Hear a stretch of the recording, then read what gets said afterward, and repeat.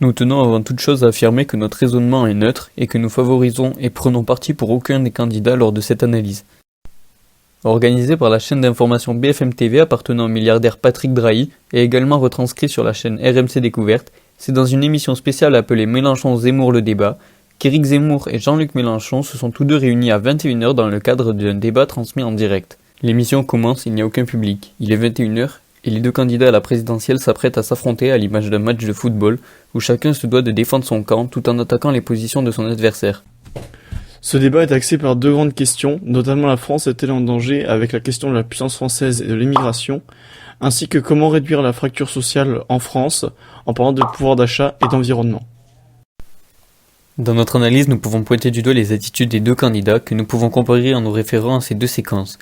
Disait le grand historien Brodel, ce qui a permis l'intégration sans douleur. L'assimilation, ça veut dire faire sienne l'histoire de France, la culture française, les mœurs françaises. Ça veut dire devenir français, s'habiller comme les Français, donner un prénom français à ses enfants. Ça, monsieur Mélenchon, c'est s'assimiler, créoliser. Dans celle-ci, on aperçoit Jean-Luc Mélenchon prendre des notes comme tout au long du débat, en opposition avec la séquence suivante où l'on peut voir Éric Zemmour sur son téléphone portable, ce qui peut être interprété comme un manque de respect et ou un manque de professionnalisme. Nous allons ensuite procéder à l'analyse de l'extrait suivant. Doit représenter 2% de leur PIB et l'industrie une quantité négligeable. Tout le reste est dans les services. Quant à la République fédérale allemande, écoutez, ça va quoi.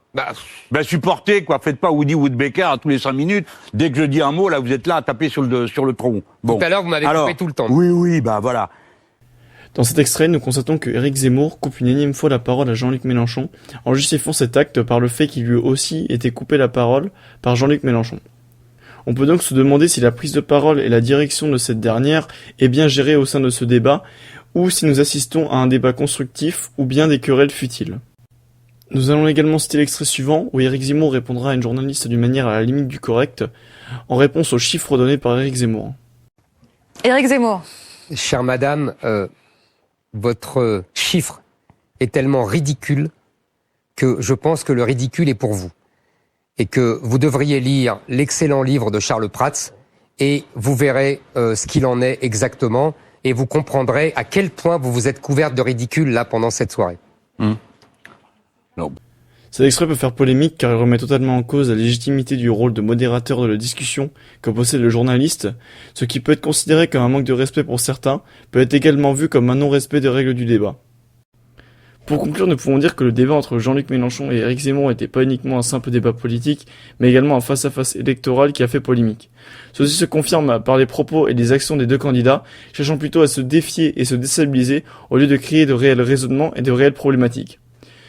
On observe ceci avec les nombreuses coupures de parole à l'encontre des deux candidats, et pour synthétiser, nous pouvons dire alors que la notion de pluralisme des idées est bien respectée au même titre que le relais de la parole et la neutralité des journalistes.